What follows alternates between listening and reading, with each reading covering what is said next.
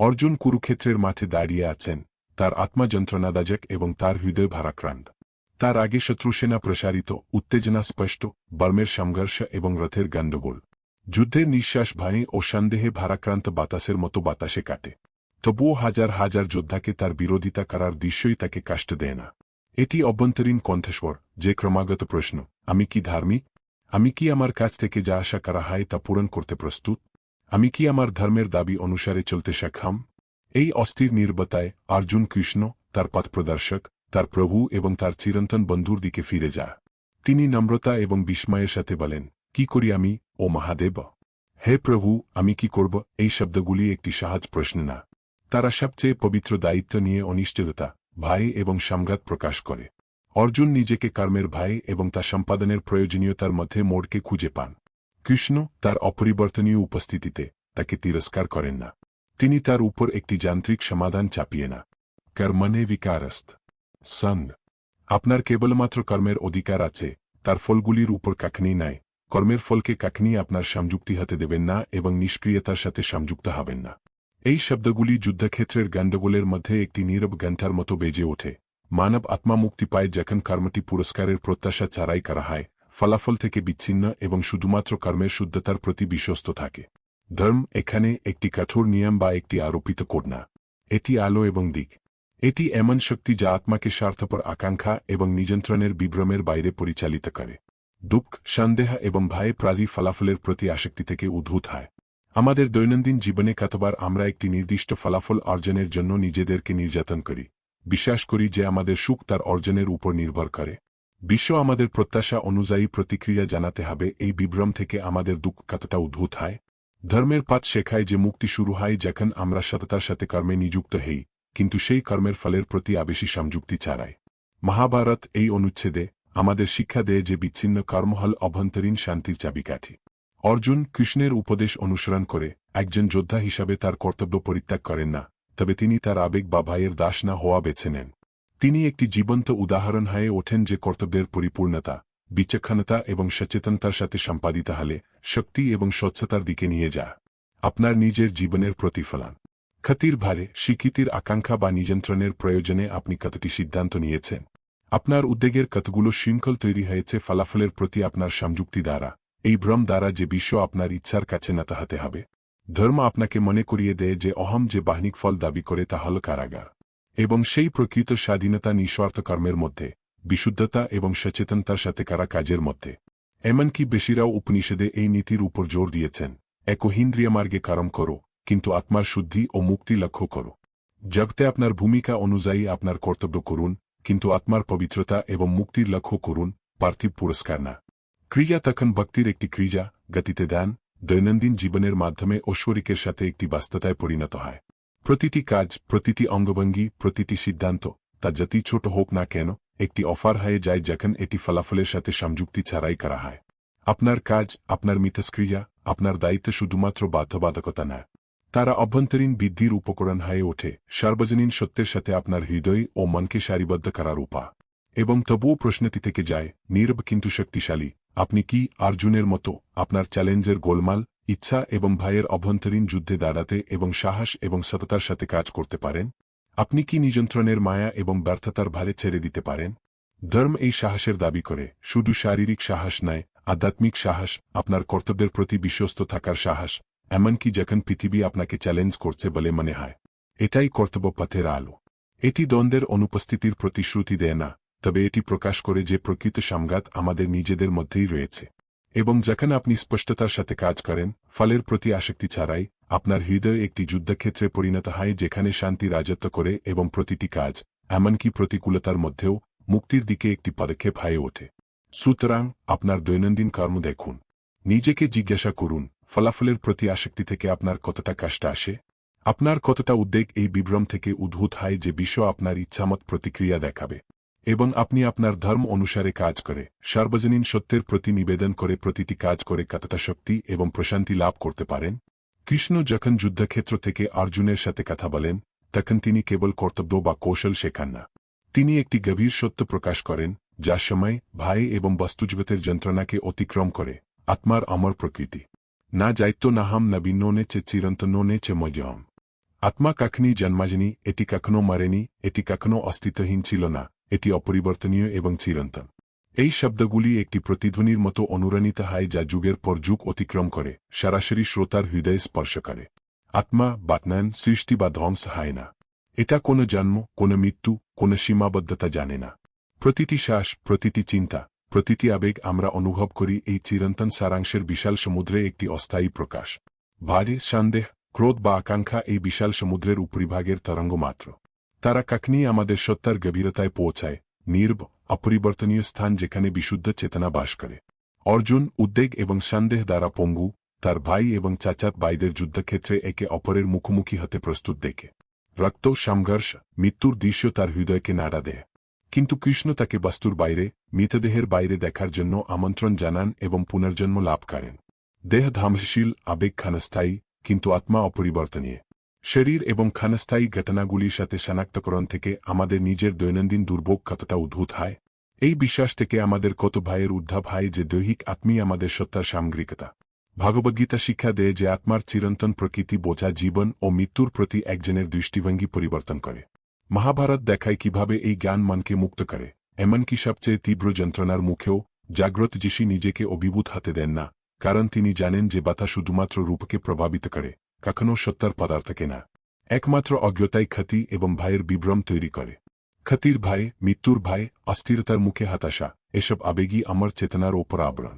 আপনার অস্তিত্বের প্রতিফলন।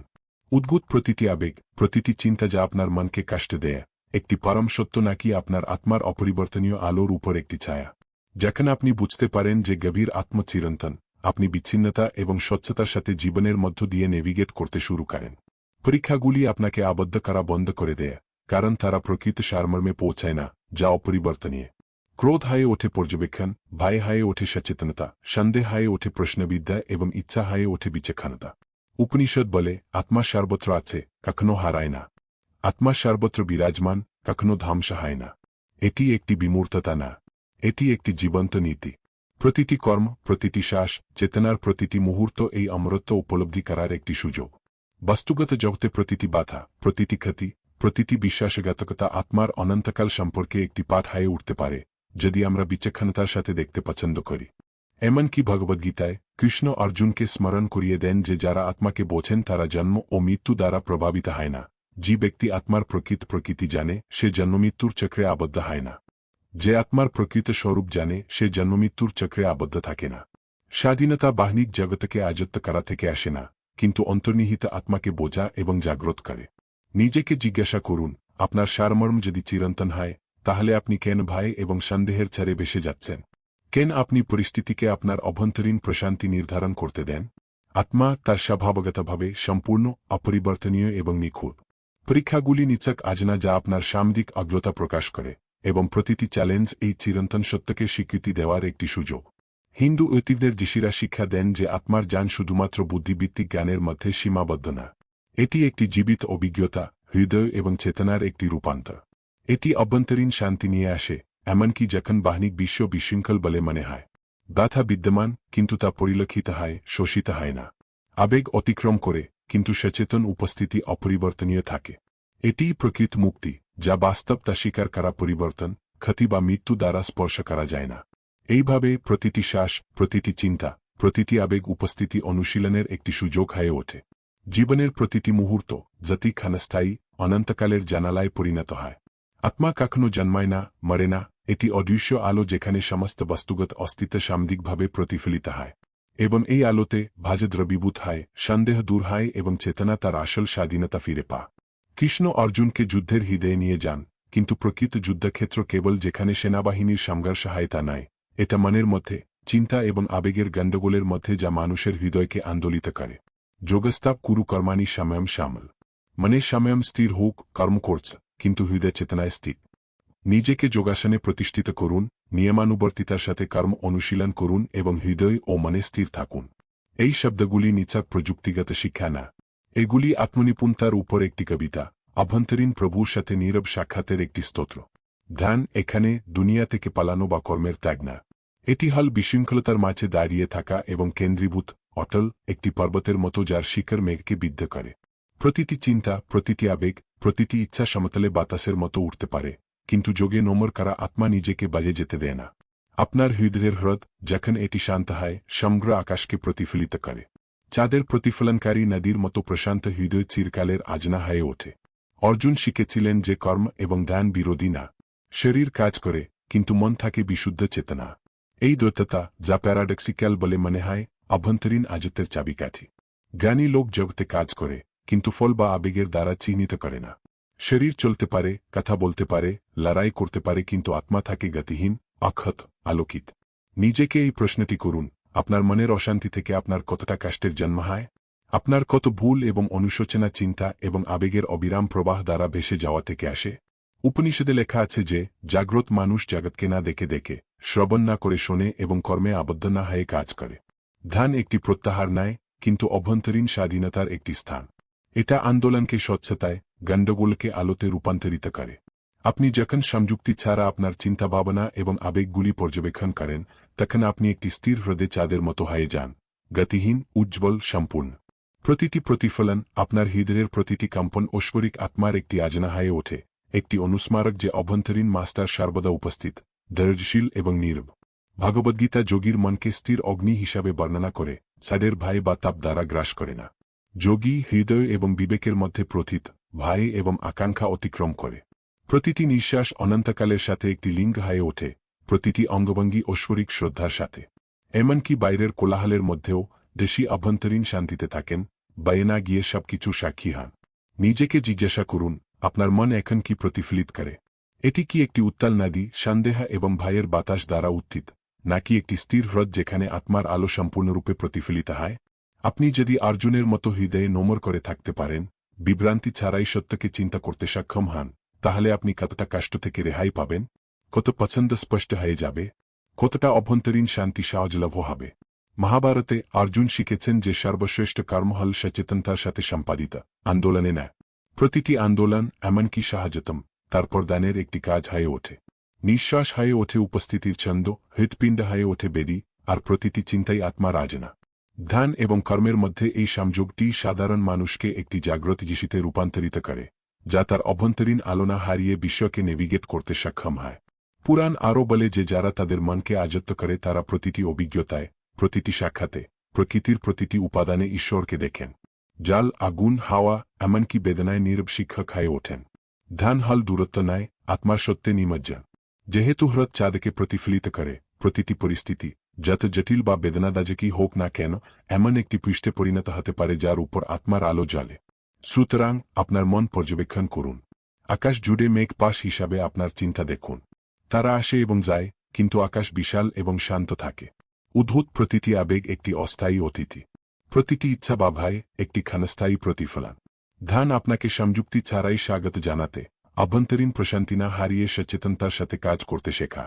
এবং এই সচেতন নিস্তব্ধতার মধ্যে আপনি অভ্যন্তরীণ গুরুকে আবিষ্কার করেন, নীরব কিন্তু শক্তিশালী, শাশ্বত এবং আলোকিত, যিনি বিশ্বের এবং আপনার হৃদয়ে আপনার প্রতিটি পদক্ষেপকে পরিচালনা করেন।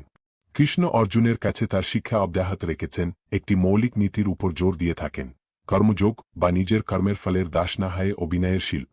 নিঃসঙ্গ কর্ম করো, নাকি ফলের আশা করো। আসক্তি ছাড়া কাজ করুন, ফল লক্ষ্য করবেন না। এই শব্দগুলি নিছক নৈতিক সুপারিশ নয়, তারা অভ্যন্তরীণ শক্তির একটি কৌশল গঠন করে।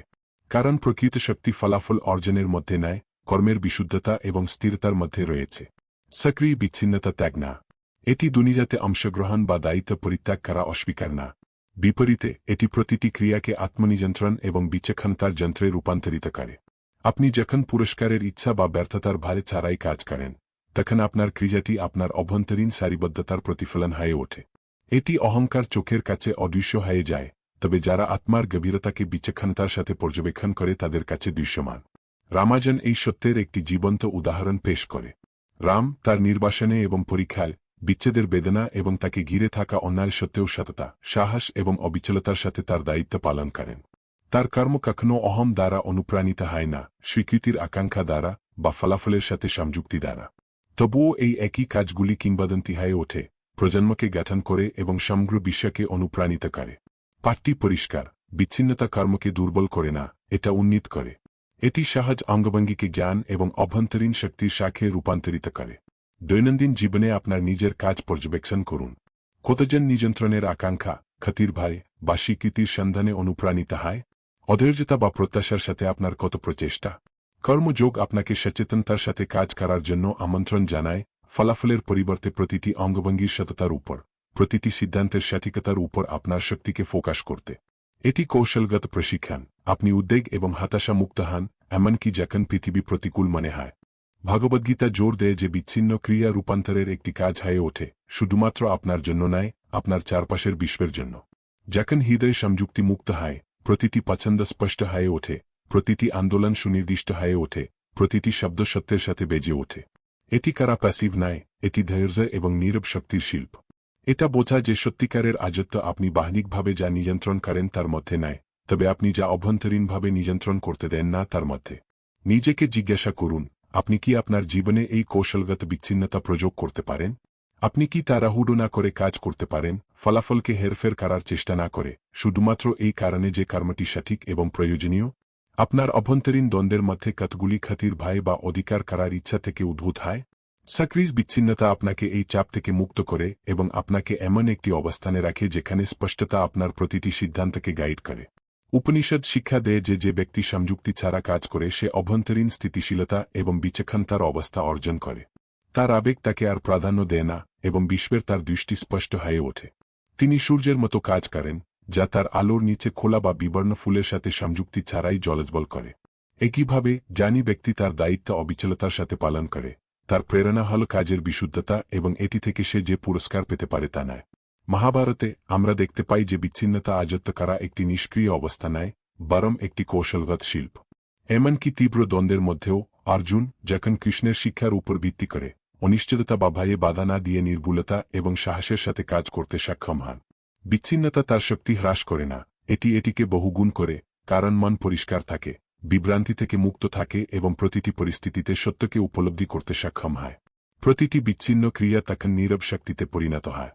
এটি আপনার চরিত্র তৈরি করে, আপনার মনকে আকার দেয় এবং আপনার চারপাশের বিশ্বকে সূক্ষ্মভাবে প্রভাবিত করে। বিশুদ্ধ কর্ম সংযুক্তি ব্যতীত সম্মান দেয়, অনুপ্রেরণা দেয় এবং অদৃশ্য দরজা খুলে দেয় যা পাশবিক শক্তি বা আন্দোলন কাকনি পৌঁছাতে পারে না। সক্রিয় বিচ্ছিন্নতার কৌশল হল সর্বদা কাজ করা, তবে ফলাফলকে কাকনি আপনার মনের অধিকারী হতে দেবেন না। বিবেচনা করুন, ফলাফলের প্রতি আসক্তি থেকে আপনার কতটা কষ্ট হয়? উদ্বেগ বা আকাঙ্ক্ষা আপনার বিচারকে মেঘে পরিণত করেছে বলে আপনার কতটা প্রচেষ্টা নষ্ট হয়েছে? সক্রিয় বিচ্ছিন্নতা হল সেই মাধ্যম যার মাধ্যমে একজন সীমাবদ্ধতাকে স্বাধীনতায়, চাপকে স্বচ্ছতায় এবং উদ্বেগকে আয়ত্তে রূপান্তরিত করে। এটি সেই পথ যার দ্বারা প্রতিটি ক্রিয়া অভ্যন্তরীণ সারিবদ্ধতার দিকে, ব্যক্তিগত ধর্মের দিকে এবং আধ্যাত্মিক শান্তির দিকে একটি পদক্ষেপ হয়ে ওঠে। এইভাবে বিচ্ছিন্নতার সাথে অভিনয় জীবন থেকে প্রত্যাহার করা নয়, মুক্ত হৃদয় এবং নিবদ্ধ মন নিয়ে সম্পূর্ণভাবে অংশগ্রহণ করা। প্রতিটি অঙ্গভঙ্গি, প্রতিটি পছন্দ উচ্চতার একটি উপকরণ হয়ে ওঠে, শুধুমাত্র আপনার জন্য নয়, বিশ্বের জন্য যা নির্বে আপনার সততা পর্যবেক্ষণ করে। সক্রিয় বিচ্ছিন্নতা জ্ঞানী, বীর এবং মানবতার প্রভুদের চিরন্তন কৌশল। এটি অশান্তিকে আয়ত্তে, বাধাকে স্বচ্ছতায় এবং জীবনকে একটি পবিত্র ক্ষেত্রে রূপান্তরিত করে যেখানে প্রতিটি কর্ম অনন্তকালের সাথে অনুরণিত হয়। অবশেষে কৃষ্ণ ভক্তির গুরুত্ব প্রকাশ করেছেন, যাহা তাং মনমোযোগম করো তদ্বিদানভাজ্য করো সার্বভৌম হোক। যে তোমাকে তার সমস্ত হৃদয় নিবেদন করে, ভক্তি সহকারে সে আমার সাথে এক হয়ে যা। প্রকৃত মুক্তি আসে ঐশ্বরিকের সাথে মিলনের মাধ্যমে, অহম ও নিযন্ত্রণের আত্মসমর্পণ থেকে, শাশ্বত আলোর প্রতি পূর্ণ আস্থা থেকে। প্রহ্লাদের মতো, যিনি তার পিতা হিরণ্যকশিপুর পরীক্ষা সত্ত্বেও বিষ্ণুর প্রতি বিশ্বস্ত ছিলেন, ভক্তি সমস্ত দুঃখকে অতিক্রম করে। অসীমকে নিবেদন করলে দুঃখ মধুর হয়ে ওঠে। নিজেকে জিজ্ঞাসা করুন, আপনি কি আপনার হৃদয়কে নিজের চেয়ে বড় কিছু দিতে পারেন এবং সেই অঙ্গভঙ্গিটি আপনার সমস্ত ব্যথাকে রূপান্তরিত করতে দিতে পারেন?